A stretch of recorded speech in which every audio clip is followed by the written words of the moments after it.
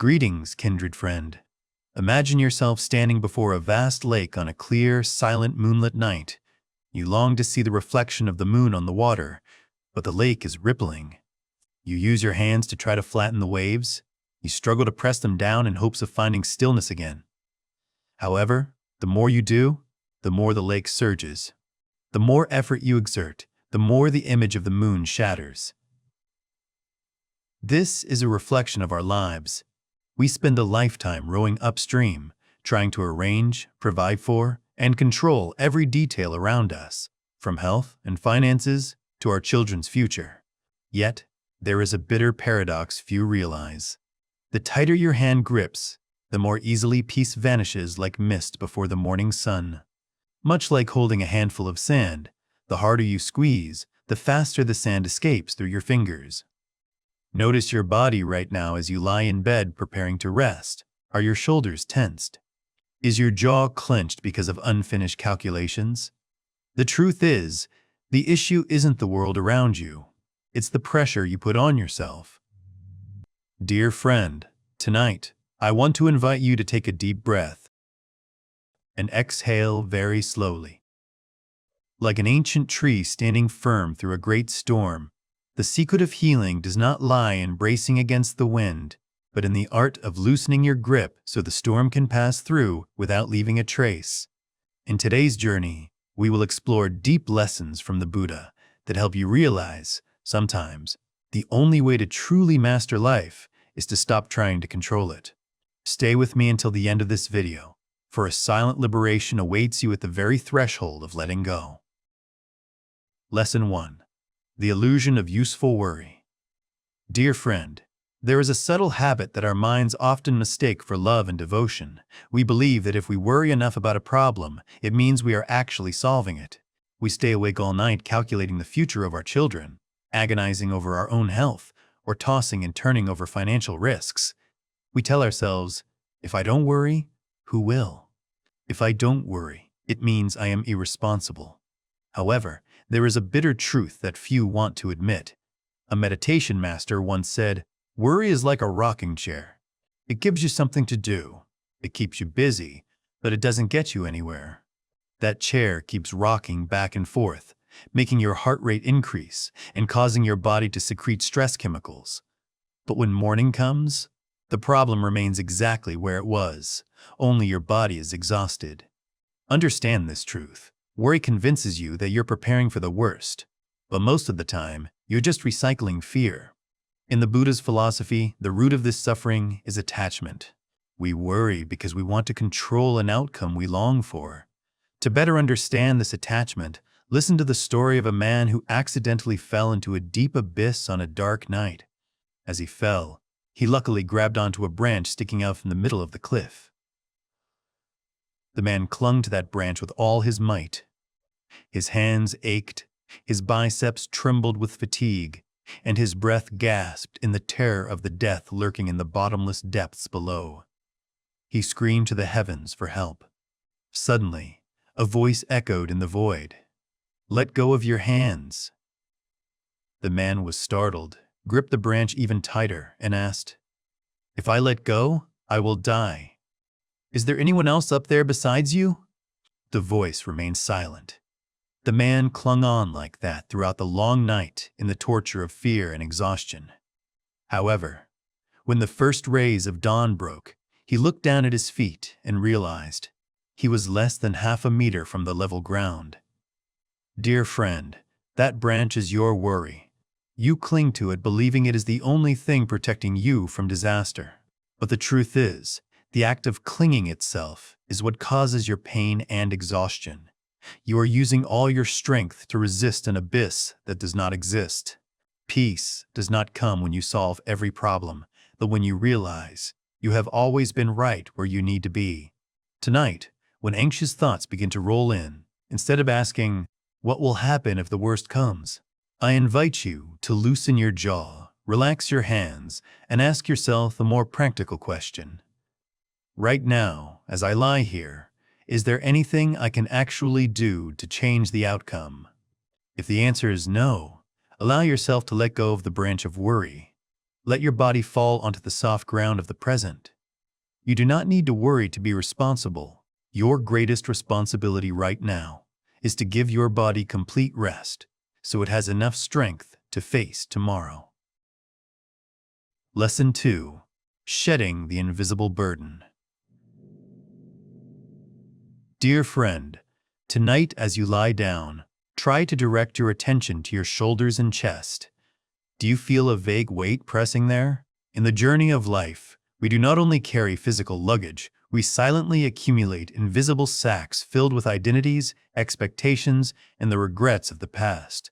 You carry the identity of a parent who must always be perfect.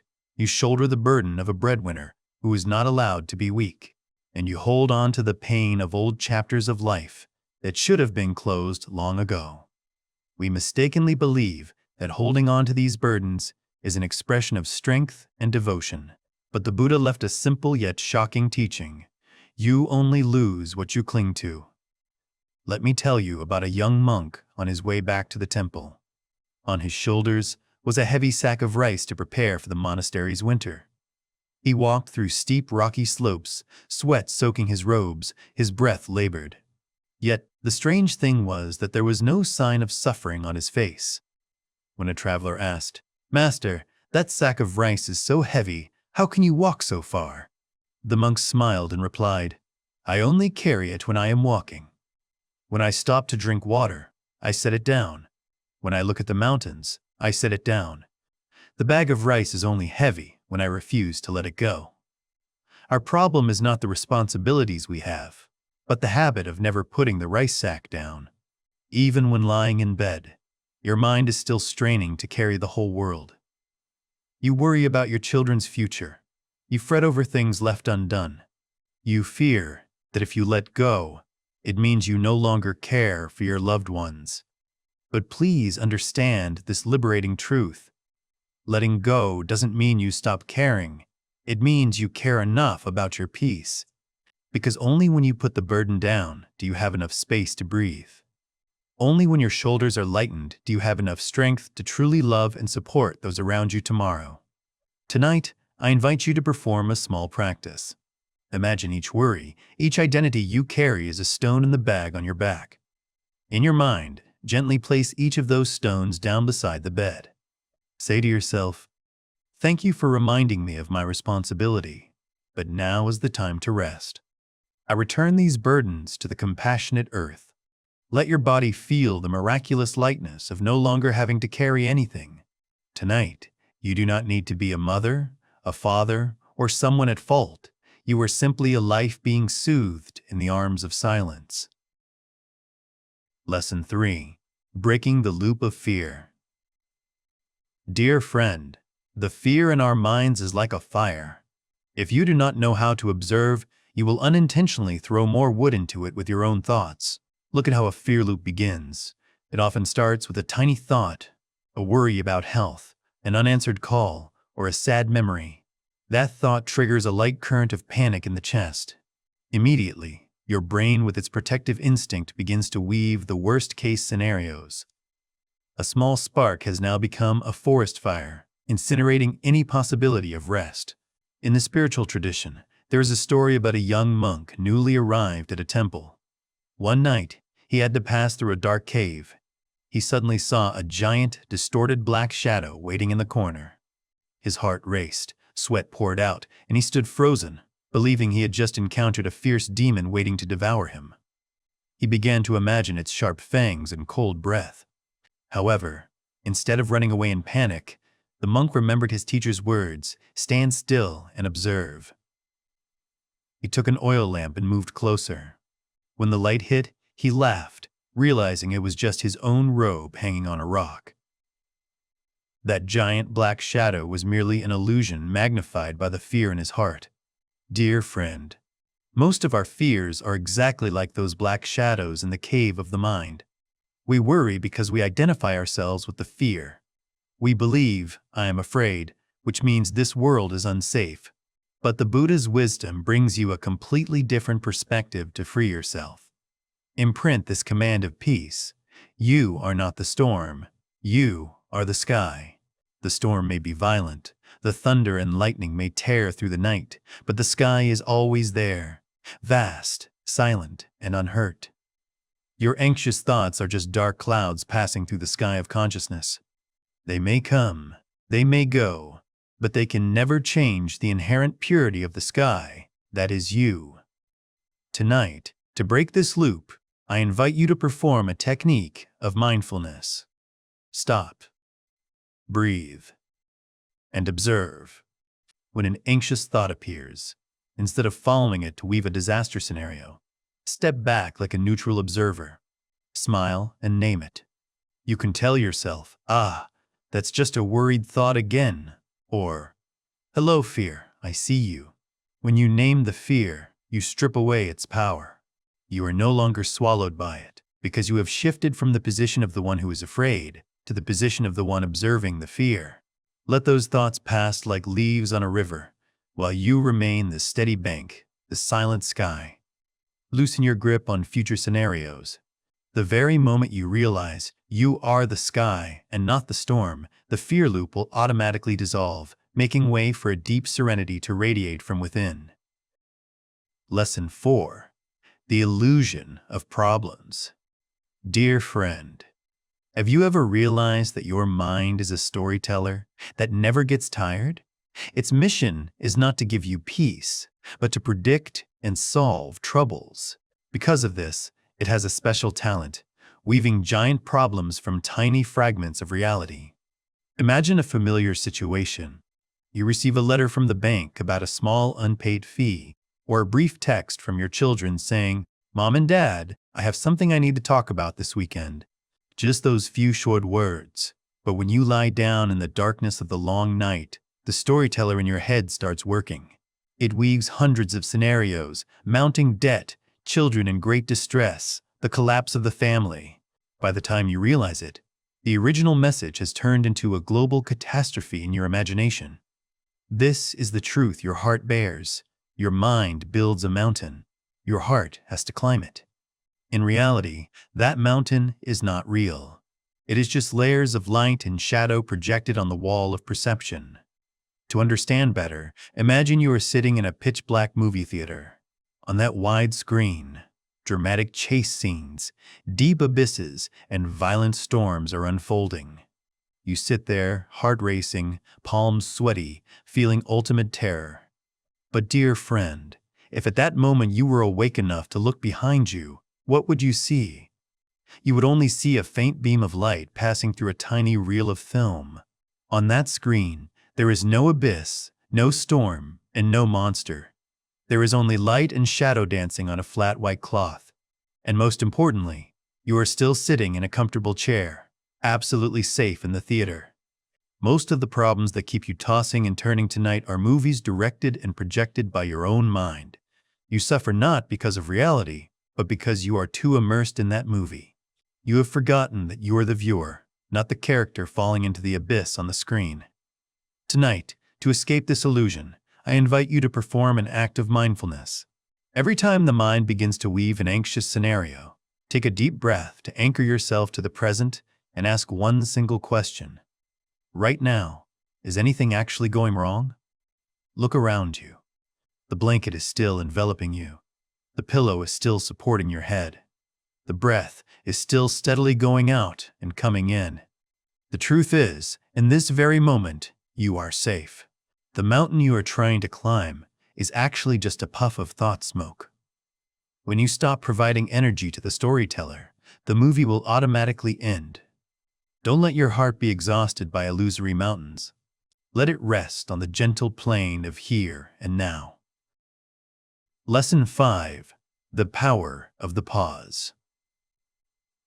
In the Buddha's teachings, there is a very beautiful metaphor for the human mind. Imagine you have a bowl of water full of mud. If you worry and use your hand to stir it up in hopes of making the water clear again, the mud will only become more clouded. The more you effort to clean through action, the worse the result. But if you simply put that bowl of water down and leave it in one place for a few minutes, what happens? The mud will automatically settle to the bottom according to natural gravity. The murky particles that once obscured your vision will find their way back to where they belong. And then, in a completely natural way, the water will become crystal clear, reflecting the sky. Our minds are exactly like that. We are tired, not because there are too many problems, but because we constantly stir up our minds with restless efforts to solve them. Stillness is not a state of emptiness or apathy. Understand this truth. Stillness is alignment.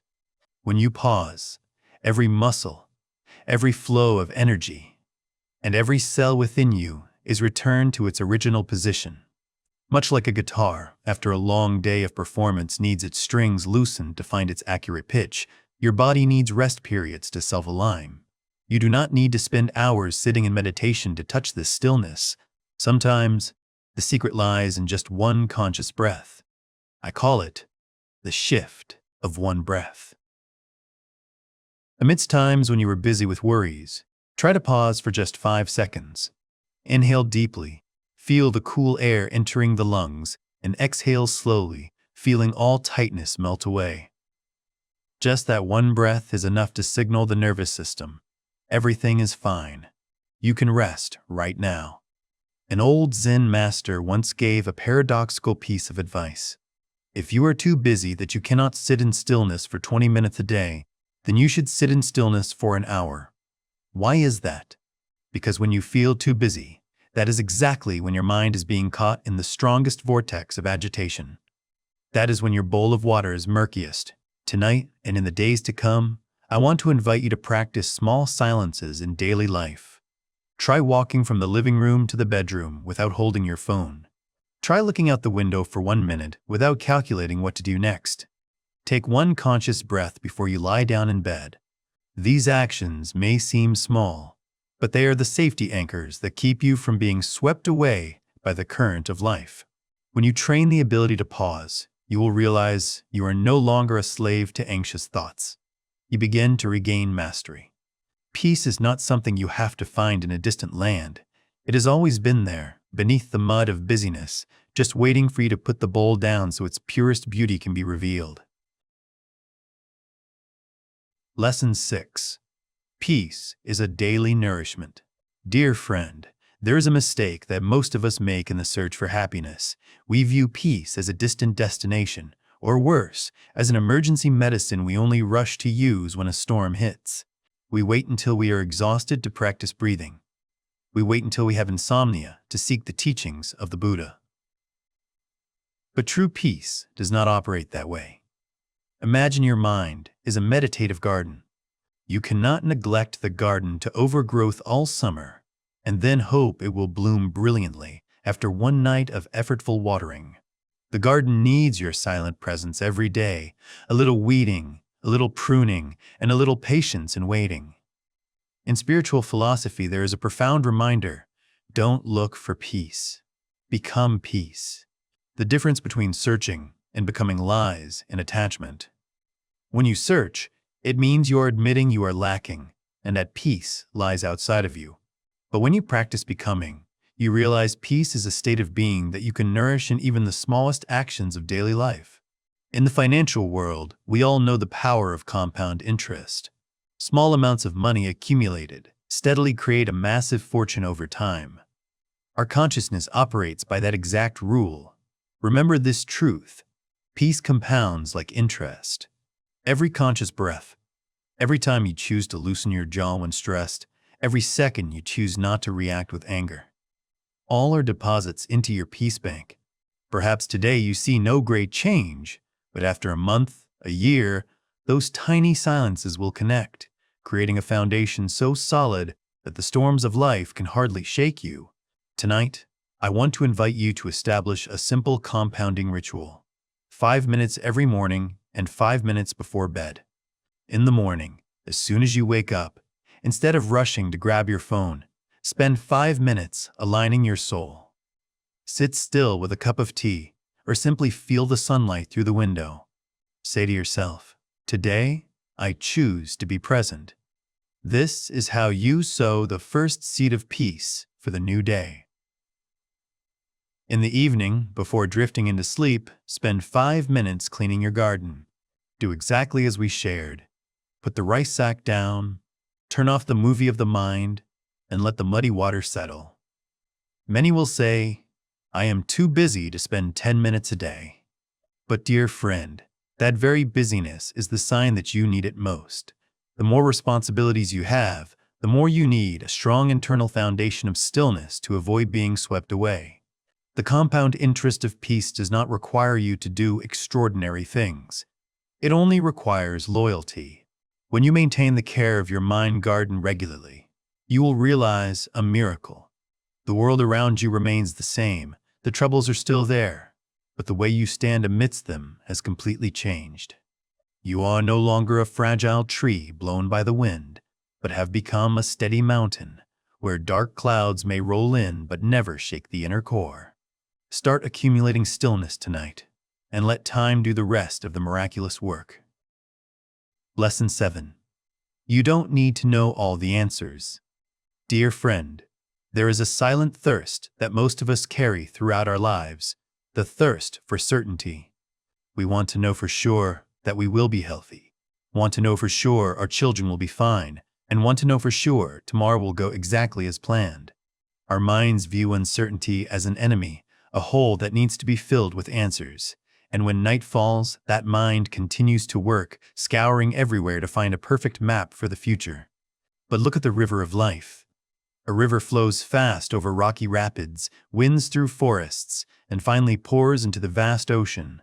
Have you ever seen a river try to stop and ask what will be around the next bend?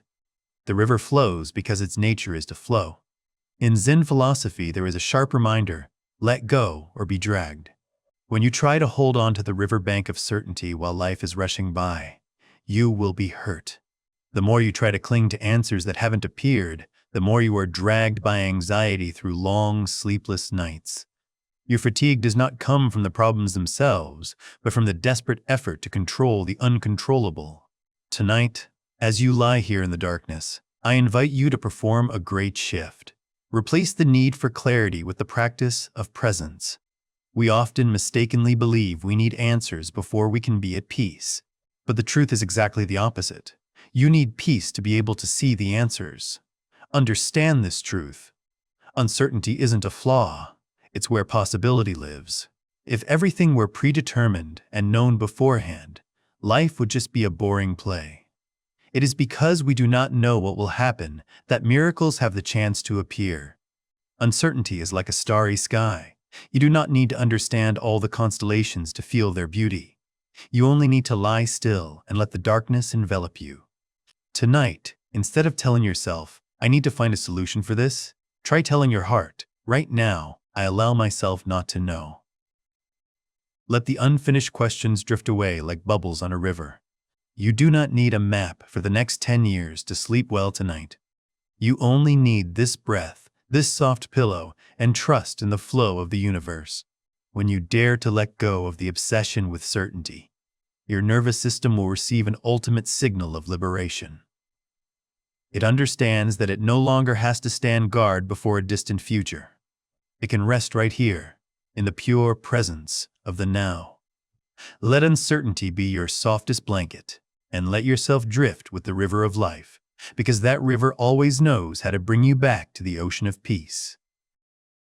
We have together opened the doors to step out of the storm of the mind. You have identified the illusion of the rocking chair, learned to put the sack of identities down by the bed, and realized you are the vast sky, not the temporary storm. You have seen the movie of the mind, let the mud settle to the bottom of the still water bowl, and begun to sow the compound interest seeds for your garden of peace. Now, as the darkness has completely enveloped you, you will realize the most liberating truth. The power was never out there. It's always been within you. Every tool, every teaching of the Buddha we have shared is actually just a mirror for you to see your own inherent strength. You do not need to become someone else, nor do you need to go somewhere else to find happiness. Peace is your original nature, just waiting for you to stop stirring so it can be revealed. Dear friend, if tonight you feel your heart is lighter, if this stillness brings you a sense of coming home, please help me spread this light.